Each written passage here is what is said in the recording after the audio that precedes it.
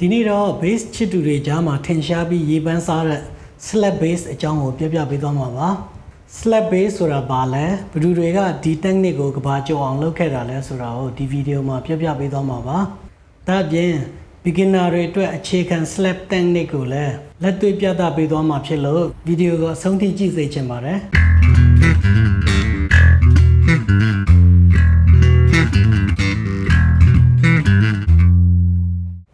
slap bass ရဲ့မူလဇင်းမြစ်ကိုပြောမှဆိုရင်1960ခုနှစ်လောက်က Larry Graham ကစတင်ခဲ့တယ်လို့ပြောလို့ရပါတယ် Larry Graham ကသူ့မိခင် diagram တီးဝိုင်းမှာ organ ရဲ့ bass pedal ကိုတီးခတ်ပေးရတယ်နောက် guitar လည်းတီးပြီးတော့နောက်ခံအဆိုရှင်ဖြစ်လည်းပါဝင်ခဲ့တယ်တရက်ကြတော့သူတို့တီးဝိုင်းက drummer ထွက်သွားပြီးတော့ organ ကလည်းပြတ်သွားခဲ့တယ်ဒီတော့တီးဝိုင်းမှာ rhythm ပိုင်းနဲ့အနှိမ့်တန်ပိုင်း low end ပိုင်းကပျောက်သွားတယ်ပေါ့ဆိုတော့ဒီလိုအပ်ချက်ကိုဖြည့်ဆည်းဖို့အတွက် Larry Graham က bass guitar ကိုပြောင်းတီးဖို့ဆုံးဖြတ်ခဲ့တယ်။သူကတမ်လက်မနဲ့ bass ကြိုးကိုရိုက်ချပြီး kick drum တန်ကိုထွက်အောင်လုပ်တယ်။ပြီးတော့လက်ညှိုးလက်ခလန်နဲ့ bass ကြိုးတွေကိုဆွဲပြီးမှ snare တန်ထွက်အောင်လုပ်ခဲ့တယ်။ဒီလို thumping နဲ့ plucking ပုံစံတီးခတ်လိုက်တဲ့အခါမှာ bass guitar က rhythm ပိုင်းကိုရောအနှိမ့်တန်ပိုင်းကိုရောထိထိရောက်ပံ့ပိုးနိုင်ခဲ့တာကိုတွေ့ရတော့သူတို့တီးဝိုင်းအတွက်အရန်ကိုအသုံးဝင်ခဲ့တယ်။နောက်ပိုင်းမှာတော့ Sly and the Family စုံဖွဲ့ကို Larry Graham ရောက်သွားတဲ့အခါမှာသူ့ရဲ့ဒီထူးခြားတဲ့တီးခတ်မှုပုံစံကကဘာကျော်သွားခဲ့ပါတော့တယ်။ Larry Graham ဟာသူ့ရဲ့ဒီ slap bass thumping and plucking နီလန်းကိုလိုအပ်ချက်အရမတော်တဆတီထွင်ခဲ့တာဖြစ်ပေမဲ့လည်းဒီနီလန်းက funk R&B နဲ့ pop guitar လောကရဲ့ bass ကဏ္ဍကိုအကြီးအကျယ်ပြောင်းလဲစေခဲ့တယ်ပေါ့။ဒါကြောင့် Larry Graham ကို slap bass ရဲ့ဖခင်လို့လည်းတင်စားခေါ်ဝေါ်ကြပါတယ်။သူ့နောက်ပိုင်းမှာပေါ်ထွက်လာတဲ့ကဘာကျော် slap bass player တချို့ကိုလည်းကြည့်ရအောင်။ Marcus Miller Jazz Fusion နဲ့ R&B လောကမှာ Marcus Miller ဟာ slap bass ဆရာသူစုလို့ပြောလို့ရပါတယ်။ Power Run for Cover Detroit စတဲ့တခြင်းတွေကသူ့ရဲ့နာမည်ကြီးကဘာကျော်တခြင်းတွေပါ။နောက်တစ်ယောက်က Red Hot Chili Pepper ရဲ့ bass သမား Flea funk ရဲ့အခြေခံ slap တွေကို rock guitar ထဲမှာပေါင်းစပ်ခဲ့တဲ့သူရဲ့တီးခတ်တဲ့ပုံစံတွေကကဘာတဝန်းက rock bass သမားတွေအတွက်စံပြဖြစ်ခဲ့ပါတယ်။နောက်တစ်ယောက်က Victor Wooten bass guitar လောကကိုအမြင့်ဆုံးအဆင့်ထိဆွဲတင်ခဲ့တဲ့သူဆိုရင်လည်းမမားတော့ပါဘူး။ Victor Wooten ဟာ slap bass ရဲ့ level ကိုပိုပြီးတိုးတက်အောင်လှုပ်ဆောင်နိုင်ခဲ့တဲ့သူဖြစ်တယ်။ Double thumping ဆိုတဲ့လက်မကို pick နဲ့တီးတဲ့ပုံစံမျိုးကိုပိုင် technique ကိုတီထွင်အသုံးပြုခဲ့တယ်။သူရဲ့တီးခတ်တဲ့ပုံတွေကရှုပ်ထွေးပြီးမှအံ့ဩစရာကောင်းပါတယ်။နောက်တစ်ယောက်က Stu Hamm bass guitar ကို solo instrument တစ်ခုလိုတီးခတ်ခဲ့တဲ့ Stu Hamm ပါ။သူဟာ slap technique ကိုသူ hand tapping နဲ့ပေါင်းစပ်ပြီးမှသူရဲ့တီးခတ်မှုပုံစံတွေကလည်းထူးခြားပြီးမှနားထောင်လို့ကောင်းပါတယ်။ slap bass player တွေအများကြီးထဲမှာဒီ player တွေကိုဖော်ပြပေးတာဖြစ်ပါတယ်။ကဲအခုတော့bass beginner တွေအတွက် slap bass ရဲ့အခြေခံ technique တွေကိုလက်တွေ့ပြသပေးသွားပါမယ်။ပထမဆုံးအနေနဲ့ကျွန်တော်ဒီနောက်ဆုံး fret နားမှာကပ်ပြီးတီးတယ်။တချို့ကတော့ဒီလိုပုံစံတီးကြတယ်။ဥပမာ flea ပေါ့ flea ကတော့ဒီလိုပုံစံမျိုးတီးတယ်။အများစုကတော့ဒီလိုအနေထားမျိုးတီးကြတယ်။ကိုယ်နဲ့အဆင်ပြေမှကိုကြိုက်တဲ့ပုံစံကိုရွေးချယ်ပြီးတီးကျင့်လို့ရပါတယ်ကျွန်တော်ကတော့အခုဒီပုံစံအနေထားကိုပိုအဆင်ပြေတယ်အဲကြောင့်ဒီပုံစံနဲ့တီးပါတယ်လက်မရဲ့ဒီဘက်ဘေးဘက်နဲ့ bass ကြိုးကိုရိုက်ချတယ်တိုးပြီးတော့ပြတ်သားတဲ့အတန်ထွက်အောင်ရိုက်ရပါတယ်ရိုက်တဲ့အခါလက်မကို bass ကြိုးနဲ့ထိလိုက်တာနဲ့ချက်ချင်းလက်ကိုပြန်ခွာလိုက်မှာဒါကတနည်းပေါ့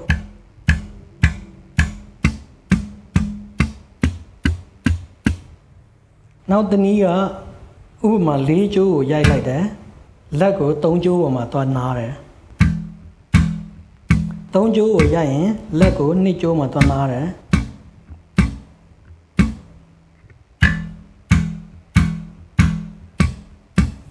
ဒီဒုတိယနည်းကတော့ Victor Wooten တီးတဲ့နည်းစနစ်ပေါ့လေသူကဒီ double thumping ကိုတီးတော့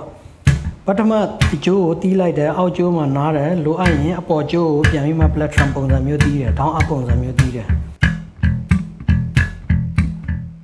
ကိုအဆင်ပြေလို့လေ့ကျင့်လို့ရပါတယ်အဓိကဒီလက်မကိုတီးခတ်လိုက်တဲ့အခါမှာ drum ရဲ့ kick drum တံမျိုးထွက်အောင်လို့ရည်ရွယ်ပါတယ်လေးကျိုးကိုတီးကြည့်အောင်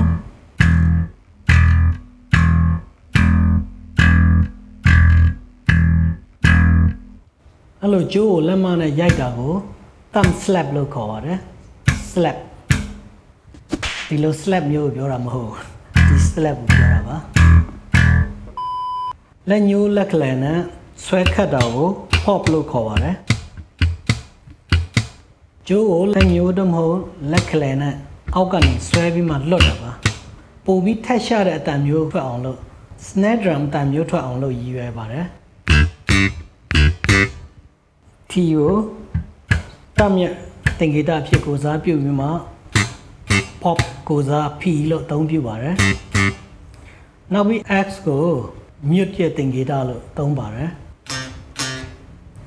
လွတ်ကျိုးတွေကိုစတီးကြည့်အောင် metronome tempo 60နဲ့စပြီးလေ့ကျင့်ရအောင်အရင်ဆုံး E A D G ကျိုးတွေကိုတစ်ချက်ချင်းစီတီးသွားကြည့်ရအောင်တီးပြီးရင်ကျွန်တော်တို့ကဒီ balance နဲ့လိုက်ထိန်းပါမယ် for time မှာ E ကို2ပါ A ကို2ပါ D ကျိုးကို2ပါ G ကို2ပါအဲ့လိုအစဉ်လိုက်တီးဆင်းသွားကြည့်အောင်1 2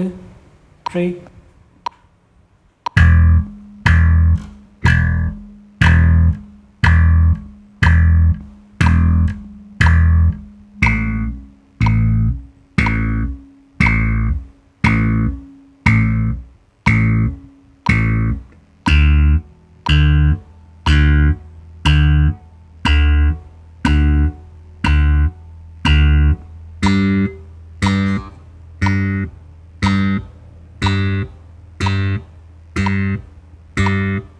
နောက်တစ်ခါပြန်ဆင်းမယ်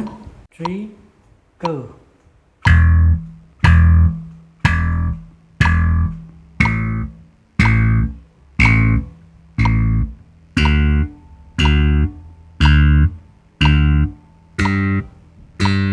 ပြန်တက်မယ်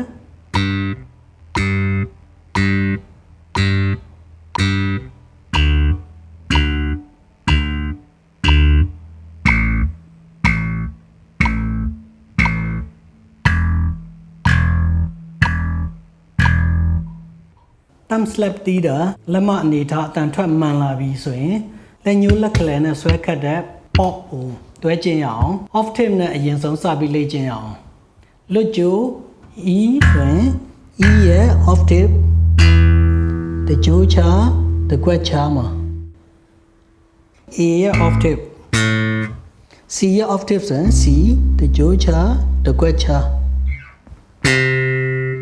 G တကြိုးချတကွက်ချဒါ octave လို့ခေါ်ပါတယ်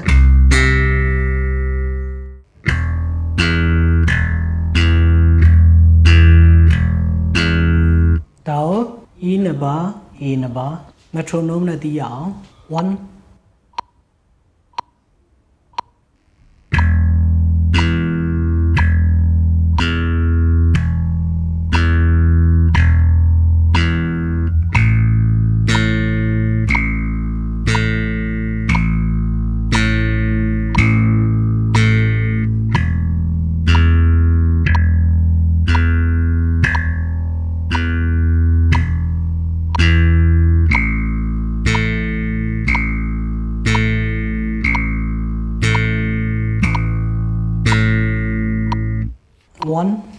2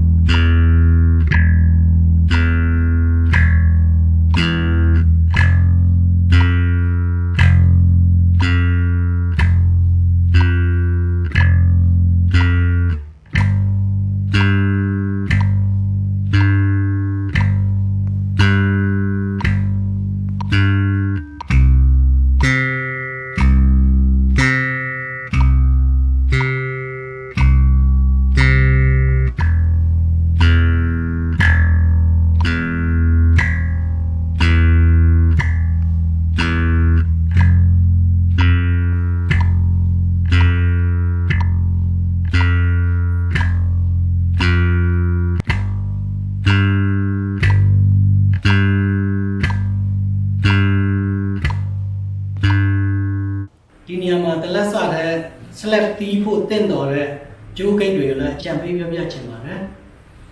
4 string bass အတွက်က 40 to 95 gate တုံးလို့ရင်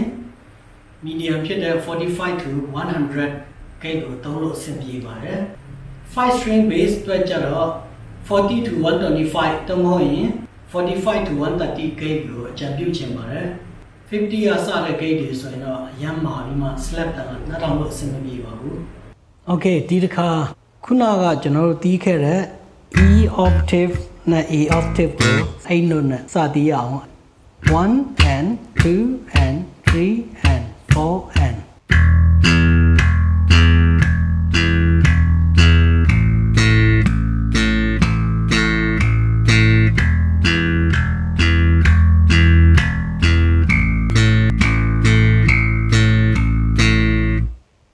ဒီတစ်ခါလက်ခလဲကိုလည်းတွဲသုံးကြည့်အောင် E ကျိုးကိုတီးတဲ့အခါမှာ E နဲ့ octave ကိုလက်ရိုးနဲ့တီးမယ်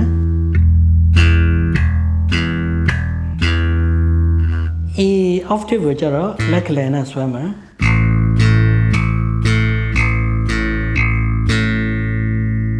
အတူတီးအောင်1 and 2 and 3 and 4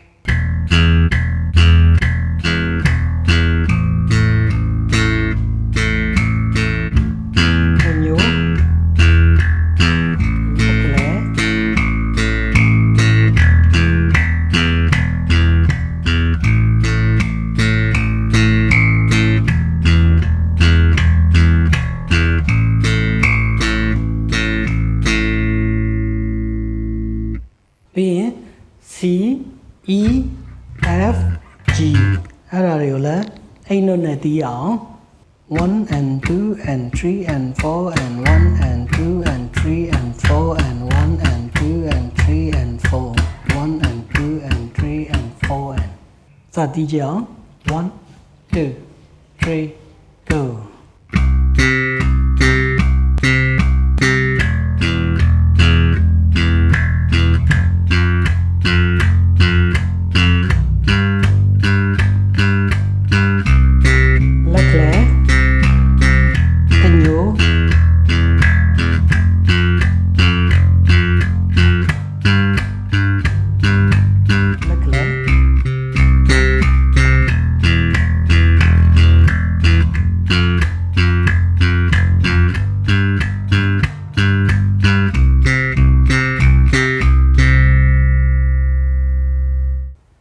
ဒီဗီဒီယိုကနေတခုအကျိုးရှိတယ်ဆိုရင် like and share လုပ်ဖို့မမေ့ပါနဲ့အောင်